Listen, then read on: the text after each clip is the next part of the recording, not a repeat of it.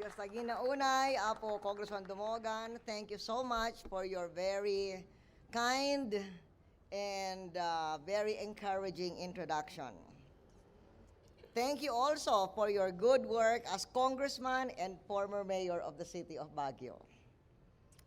Mayor Ray Bautista and the other elected officials of Baguio City, the Baguio Centennial Commission headed by Chairman Bautista, our Builders of Baguio awardees, our various leaders and representatives of the different communities of Baguio City, happy Centennial Anniversary.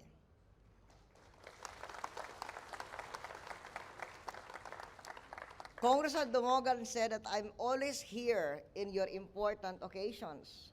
I'm also always here even in unimportant occasions. Because we vacation here about 2 or 3 times a year, every year since I was a young married woman. Baguio is one of the most unique places in the country. You have your own climate and vegetation that is hardly found anywhere else in the country but now being imitated. And these were what attracted the Americans to Baguio. When Baguio became a chartered city in 1909, 100 years ago, which is what we are celebrating, Baguio became a major tourist destination. It became the country's summer retreat from escape from the sweltering heat of the lowlands. It became the summer capital of the country. Even the Supreme Court chose to hold his sessions here during the hot season, and that practice continues to this day. It became fashionable to vacation in Baguio during the hot months. My mother, Dr. Evangelina Macapagal, who hails from a town just an hour and a half's drive away of Binalonan, had so many stories of her high school vacations in Baguio in the early 1930s during the American period.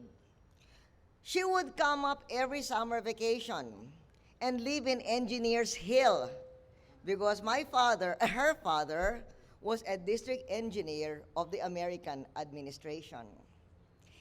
Every day, she would be fetched by a car of the Madrigal family to join her classmate and best friend, Macaria Madrigal, who became his Macaria Madrigal de Leon. And they would go to Burnham Park and other places. Remember, they were teenagers.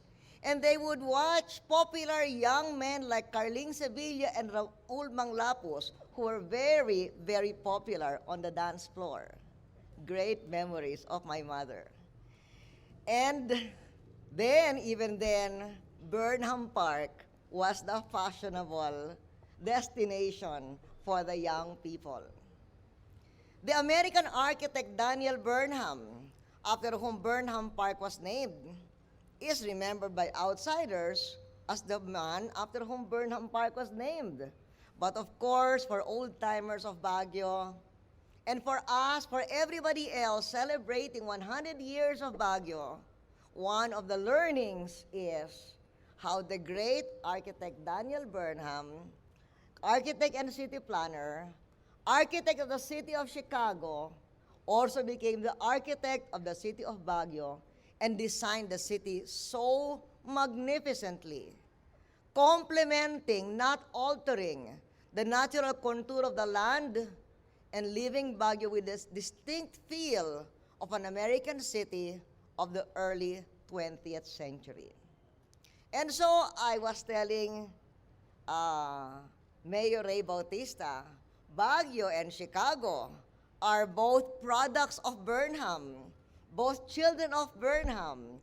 How natural for Baguio and Chicago to become sister cities. But while that is being worked out in his honor and in honor of the Baguio Centennial, as Mayor Bautista has said, we have devolved Burnham Park to the City of Government here in Baguio on the occasion of the start of your Centennial celebrations last January 2009. As part of your Centennial celebrations also, we, through the Philippine Tourism Authority, are contributing to the development of the Baguio Centennial Park, where this beautiful statue is going to be unveiled on September 1. And that is also something that has been given even earlier by President Ramos to the city of Baguio. And indeed, I hope that with Baguio City owning these properties, you can use your good income to develop and continue to sustain these beautiful attractions of Baguio City.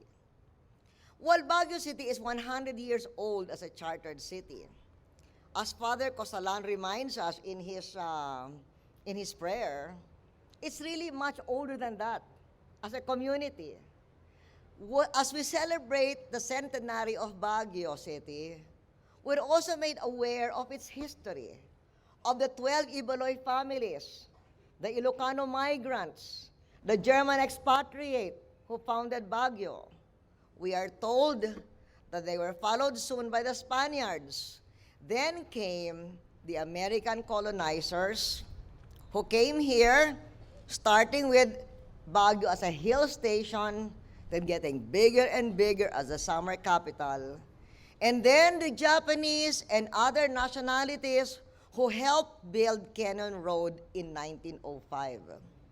One of the Japanese descendants is Mrs. Cecile Hamada Afable.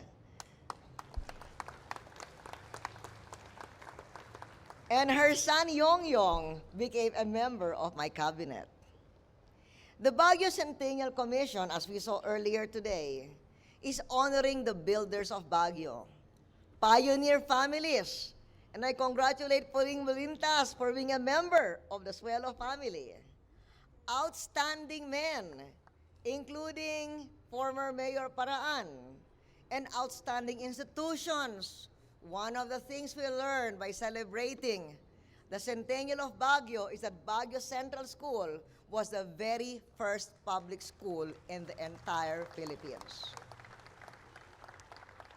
Mayor Ray Bautista tells us the story of his grandfather, who was a teacher in Manila and then was recruited to teach in the new Baguio Central School at 3 times the salary of what the teachers in Manila were receiving. Very attractive indeed.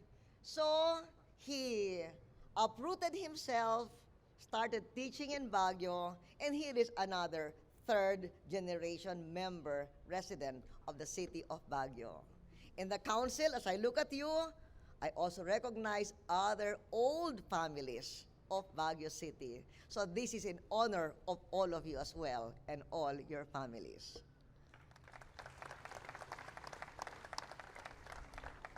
One of the honorees is Eusebius Halsema. We, outside, know him as the man after whom was named the Halsema Highway, which my father built as the major route to the northern towns of the Cordilleras. Now in this Centennial celebration, we learn more about Halsema as the mayor and architect of Baguio's transformation from 1920 to 1927. No wonder when my mother started to come here from 1928 to 1934, it was already such a destination for young people, as it continues to be even today. But speaking of Halsema, it is my honor, as mentioned by Congressman Dumogan, to rehabilitate the Halsema Highway.